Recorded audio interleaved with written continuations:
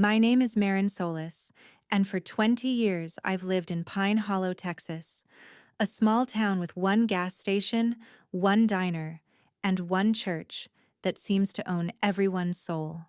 The First Baptist Church of Pine Hollow isn't just a place of worship, it's where people whisper, judge, and decide who belongs. I used to belong, until Pastor Eli Grant opened his mouth. I still remember that Sunday. The air was thick with August heat, the kind that makes your blouse cling to your back. I sat in the fourth pew, same spot as always, beside the stained glass window of the Virgin Mary.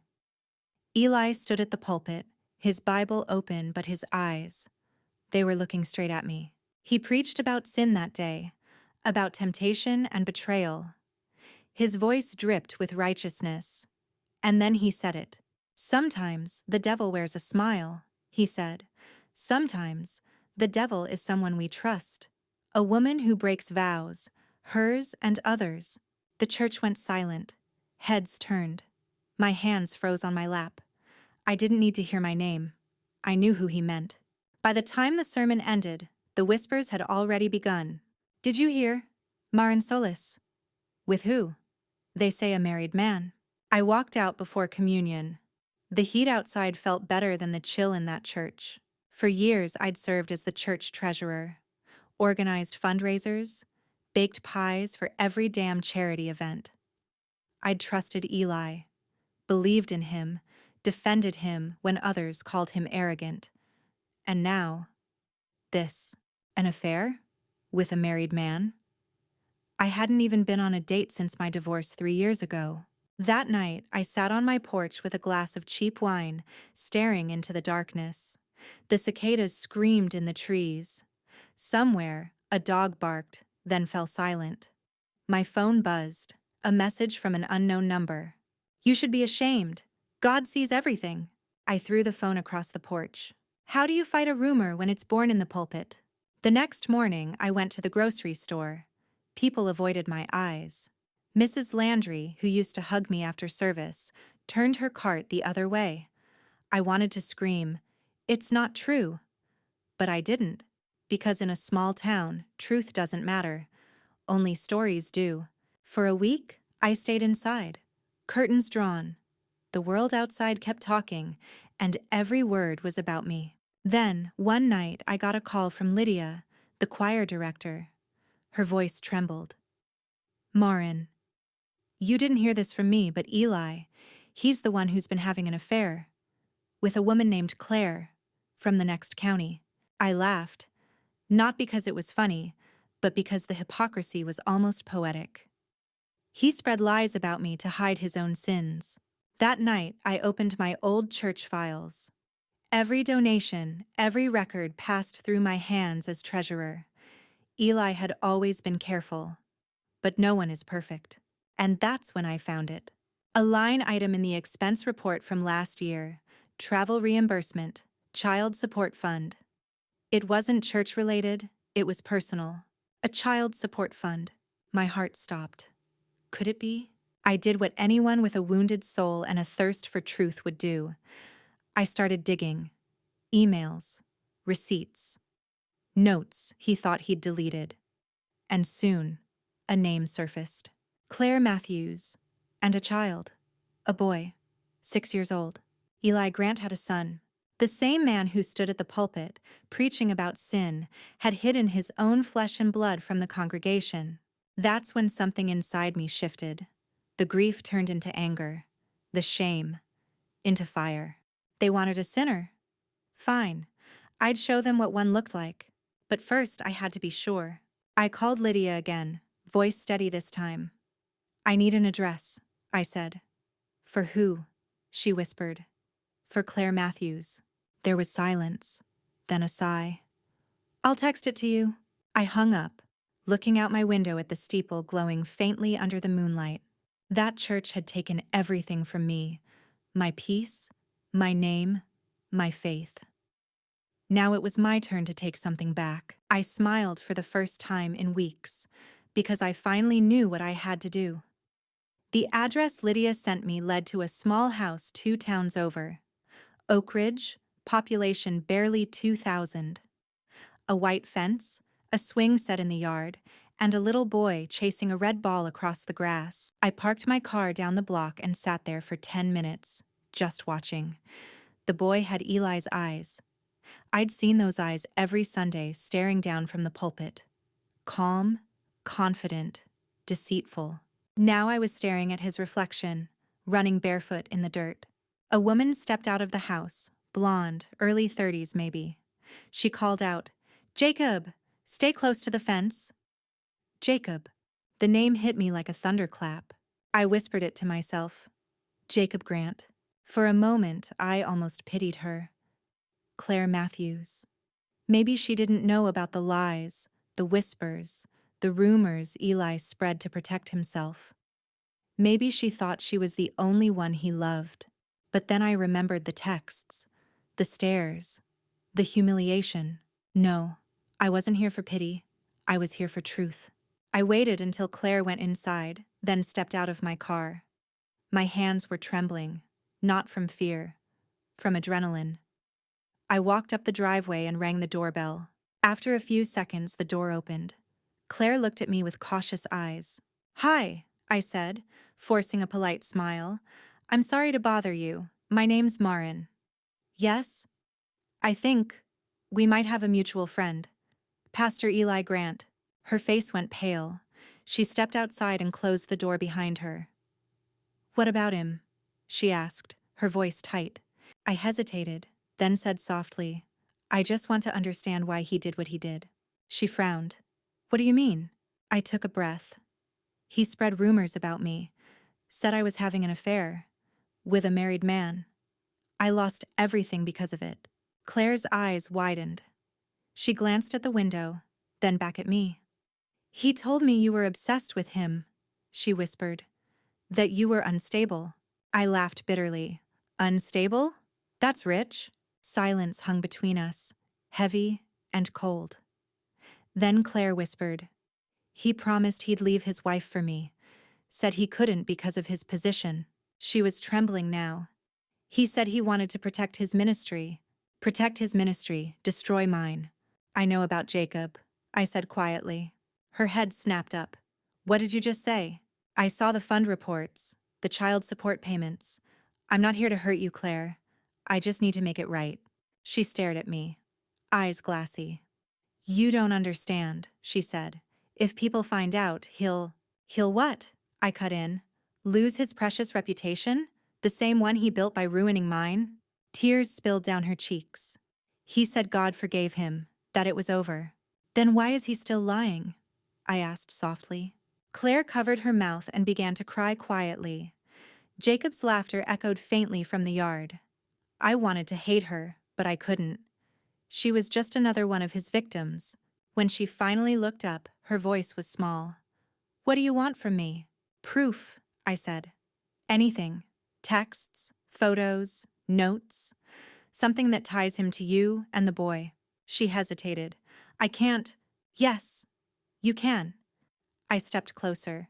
"You're not protecting him. You're protecting the man who used both of us." After a long pause, she nodded and went inside. When she returned, she held a small shoebox. Inside were photos, letters, and a silver cross necklace, engraved with the initials EG. It was enough. When I drove back to Pine Hollow that night, the church bell was ringing. The town was quiet, peaceful, asleep in its ignorance. But I was wide awake. I spread the photos across my kitchen table. The evidence glowed under the warm light. Every piece was another nail in his coffin. Yet part of me still trembled.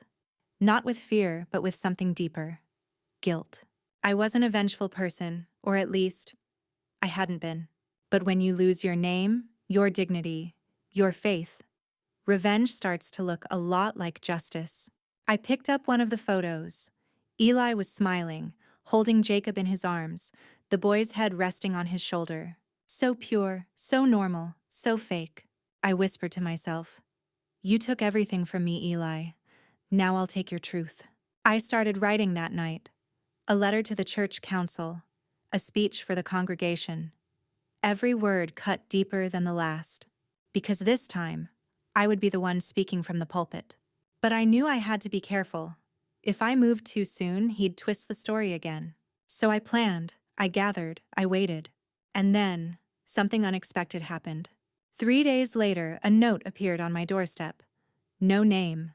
Just 4 words written in red ink. Stop digging or burn. I froze. Someone knew. When I saw that note on my doorstep, those 4 red words, my heart froze. Stop digging or burn.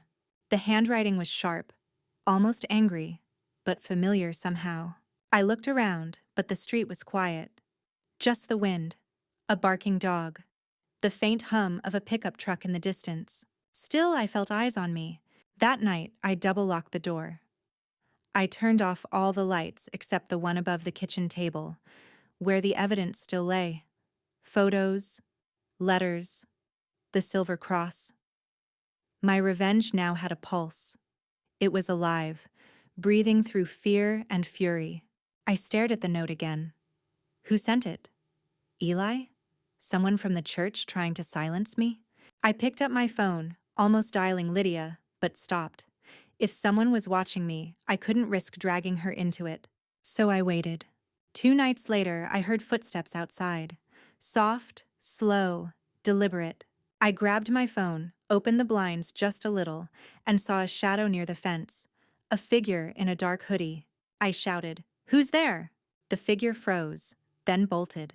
I ran outside, barefoot, adrenaline surging. The night air was sharp against my skin. I chased them halfway down the street, but they disappeared into the dark. When I came back, there was a smell. Burnt plastic. I turned the corner and saw it. My mailbox was on fire. I ran for the hose, spraying until the flames died. The letters inside were ruined, blackened and curling at the edges. Among the ashes, one envelope remained half-burned. The church's logo barely visible. It was from the church council. They were summoning me for a meeting regarding recent allegations. My stomach turned. Eli was already making his move. He was going to get ahead of me again, twist the story before I could speak. But not this time. I took the surviving letters inside and laid them beside the box of evidence from Claire. If he wanted a war, I'd give him one. The next Sunday, I went to church. For the first time in weeks. The whispers started the moment I walked in. She has the nerve to come here? I heard she threatened Pastor Grant. Poor woman's lost her mind. I kept walking, head high, shoulders back. Eli was at the pulpit, all smiles and sanctity. "Welcome, brothers and sisters," he said, voice warm as honey. "Today, we'll talk about forgiveness." Of course. When our eyes met, his smile faltered just slightly, a flicker of something behind the mask. Fear, maybe. After the service, Lydia found me. Her face was pale.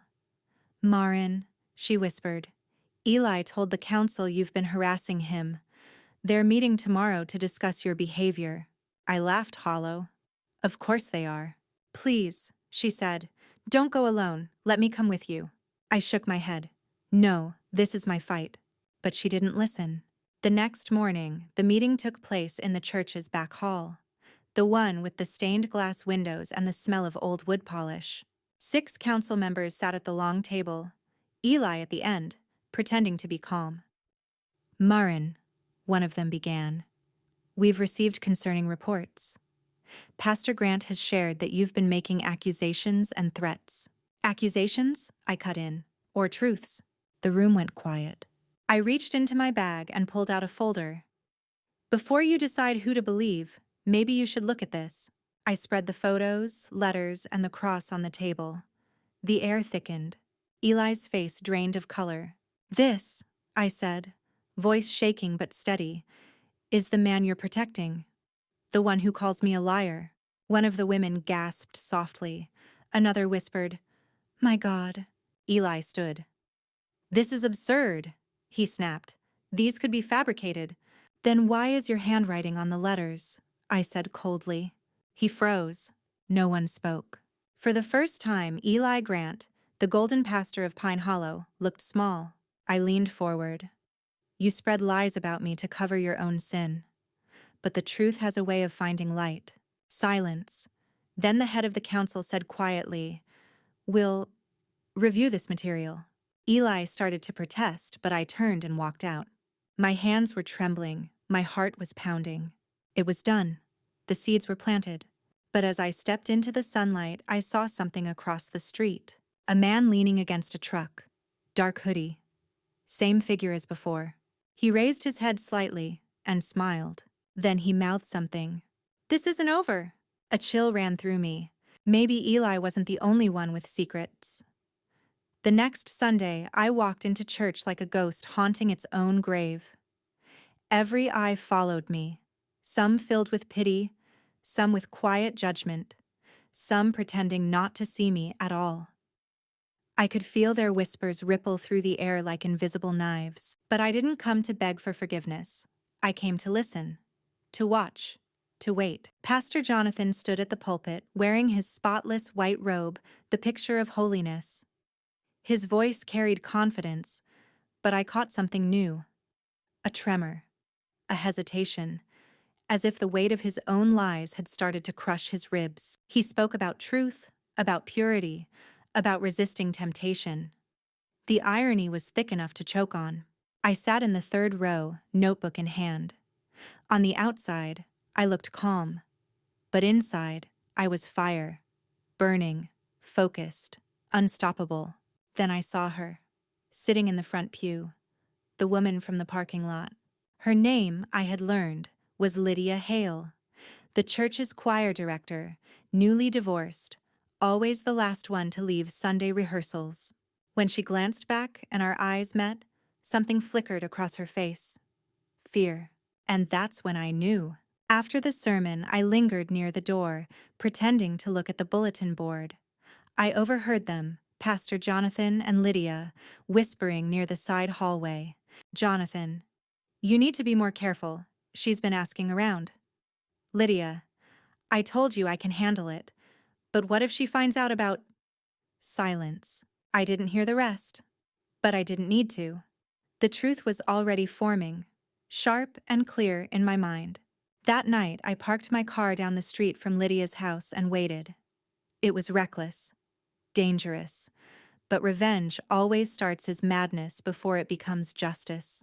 At 10:17 p.m., I saw him, Jonathan, walking up her driveway, glancing around like a thief. He used a spare key. My hands trembled as I lifted my phone and hit record. Through the cracked curtain, I saw enough. The hug, the kiss, the intimacy that made me sick to my stomach. The holy man and his secret sin. The next morning, I transferred the video to a private folder. I wasn't ready to use it yet. I wanted more. Proof. Context. A story the church couldn't ignore. Over the next week, I began to notice things. An anonymous donation to Lydia's music program, sudden expensive jewelry, whispered meetings behind the vestry. I gathered everything: photos, recordings, receipts. Each night, I added to my growing evidence board hidden behind my bedroom mirror. Strings, notes, times. It was becoming my own private war map. But revenge is never simple. The deeper I dug, the darker it got. One night, someone knocked on my door. 3 sharp knocks. When I opened it, there was no one. Just a note taped to the frame. "Stop digging, Maren. God sees everything." The handwriting was unfamiliar, but the message was clear. I laughed, a quiet, bitter sound. "Good," I whispered to the empty night. "Then he'll see what I do next." That week, rumors about me grew worse. Someone claimed I'd threatened the pastor. Someone else said I'd been seen drunk outside the church. It was obvious. He was trying to destroy what little was left of me before I could expose him.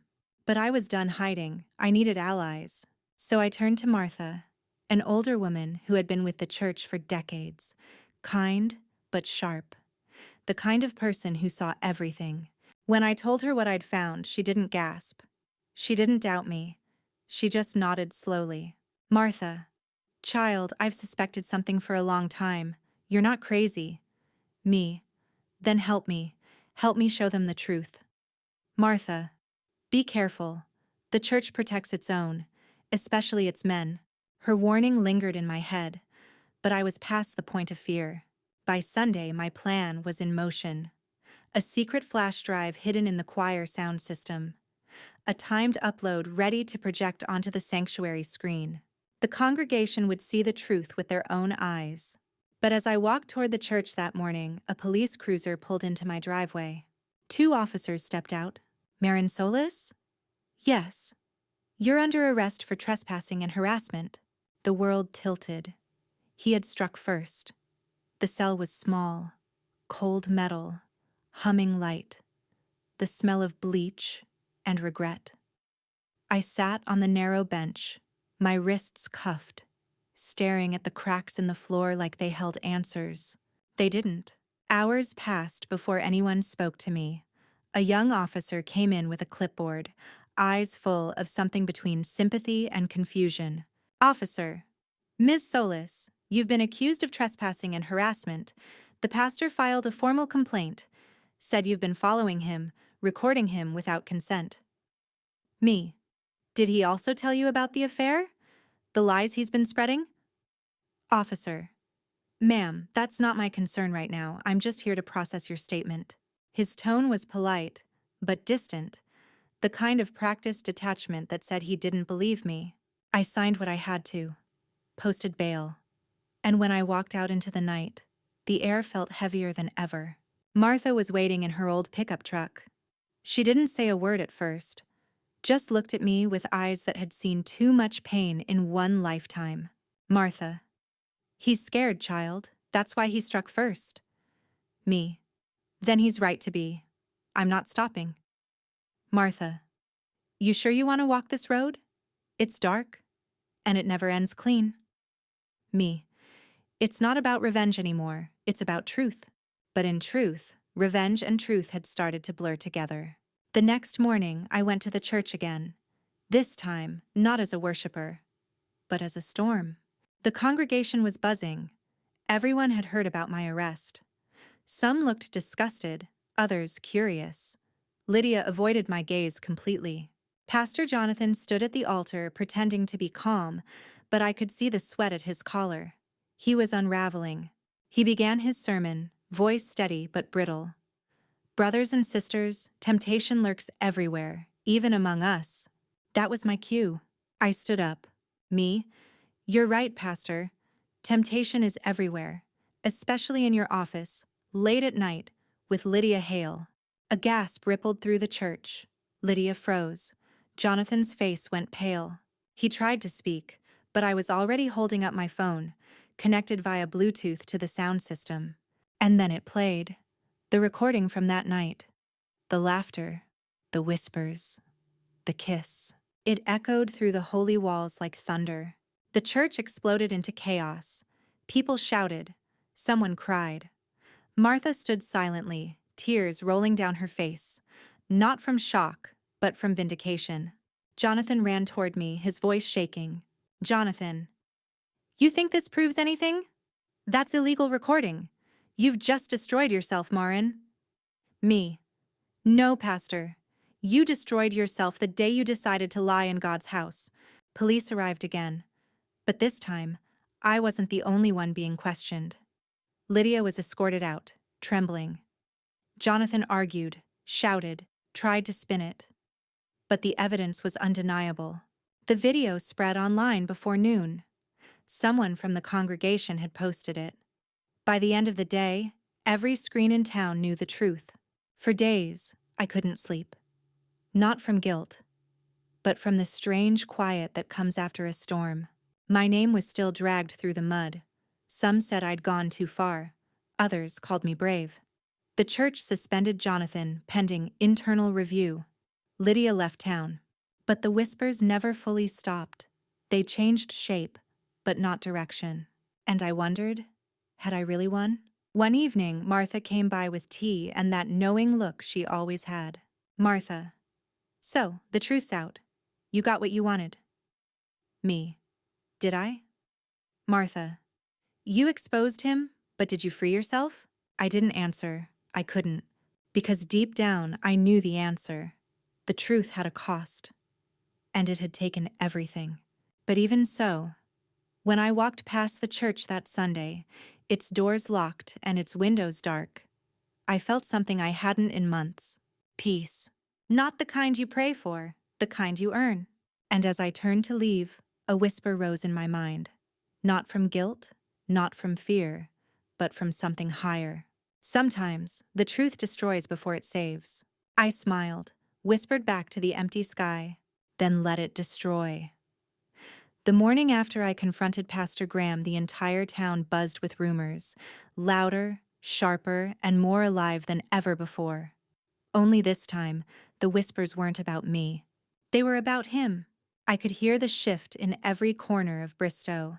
At the diner, women who once refused to meet my eyes now leaned over coffee cups, trading stories about the pastor's secret family. At the grocery store, men spoke in low tones near the frozen section, pretending not to gossip but hanging on every word. The truth had finally escaped its cage. For the first time in months, I walked through town with my head high, but the feeling wasn't triumph. It was something else, something heavier. The truth didn't free me. It just set fire to everything. That night, my phone buzzed with an unknown number. When I answered, I heard a trembling voice. Hers. "Miss Solis, it's Heather. Please, can we talk?" Heather, the woman Graham had hidden, the mother of his child. We met at the small playground behind St. Luke's Elementary. The swings creaked in the evening breeze, and the streetlights flickered like tired eyes. She looked broken, pale, shaking, clutching a worn baby blanket. The child couldn't have been more than 4, sleeping in the stroller beside her. "I didn't know he was still with his wife when we met," she said. "He told me he was divorced. He told me God had forgiven him." Her voice cracked on the word God. I sat beside her, unsure if I should comfort her or just listen. "He made me believe I was chosen," she whispered. "But when I got pregnant, he said it was a mistake, that I needed to disappear. He sent money for a while, then nothing." Tears filled her eyes. "I didn't want to ruin him, but now everyone knows. They keep calling me a whore." I clenched my fists. The same word he'd used for me. "He ruined us both," I said softly. Heather turned to me, eyes red. "Why did you do it? Why expose him?" I took a deep breath. "Because he did this to me first. He told everyone I was the sinner, that I was sleeping with married men. I lost my job, my friends, everything. I couldn't let him keep preaching like he was holy." She looked down at her sleeping child. "You think this will fix anything?" I didn't answer, because I didn't know. 2 days later, Pastor Graham took the pulpit again. The church was half empty. The air was thick, not with worship, but with judgment. He looked thinner, hollow-eyed, clutching the Bible like a shield. When he began to speak, his voice wavered for the first time. "I have sinned," he said. A murmur rippled through the crowd. He confessed to the affair, to the lies, to the child. But then, he did something unexpected. He said my name. Maren Solis showed me the truth. Her courage forced me to face my sin. I froze in the pew, every head turned toward me. He went on. "She has been wrongly judged. I ask for her forgiveness. It was supposed to be redemption, but I saw through it. It wasn't confession. It was manipulation." He was turning his downfall into a sermon. The congregation murmured in sympathy. Some even nodded, whispering, "He's still a man of God. Everyone sins." I felt my stomach twist. They would forgive him, and I'd still be the cautionary tale. That night, I sat on my porch, staring at the empty street. The sky was purple, the air cool, but I couldn't feel peace. Was this revenge, or just another lie wearing a different face? Then I heard footsteps. Sheriff Cole appeared, hat in hand. "Evening, Maren," he said quietly. "You might want to know. Graham resigned tonight. He's leaving town." "Running from judgment," I muttered. Cole nodded. "Maybe, but you made people see who he really is. That's something." I looked at him, really looked. The way his tired eyes softened when they met mine. "Doesn't feel like victory," I said. "Revenge never does," he replied. "But truth, That's different. That sticks. He tipped his hat and walked away, leaving me with the sound of the crickets and my own heartbeat. A week later, I visited the church one last time. The pews were empty, the air smelled of dust and candle wax. I stood where he once preached and whispered to the silence, "You built your kingdom on lies, but it's gone now." For the first time, I felt light. Not happy, not healed, but light. As I walked out, I saw Heather and her child at the gate. She smiled faintly. "Thank you," she said, "for not being afraid." I nodded. Maybe that was the real victory. Not revenge, but the courage to face what everyone else was too afraid to see. As the church doors closed behind me, I whispered to myself, "Let them talk. This time, the whispers tell the truth." The church bells didn't ring anymore.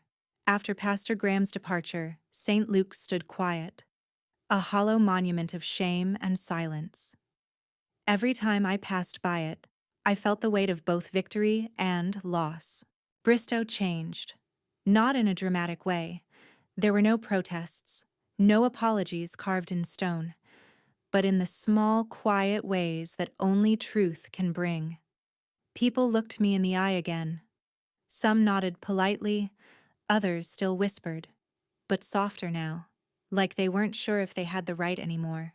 I started working again, helping the community library reopen after years of neglect. It felt poetic somehow, rebuilding something that once held stories.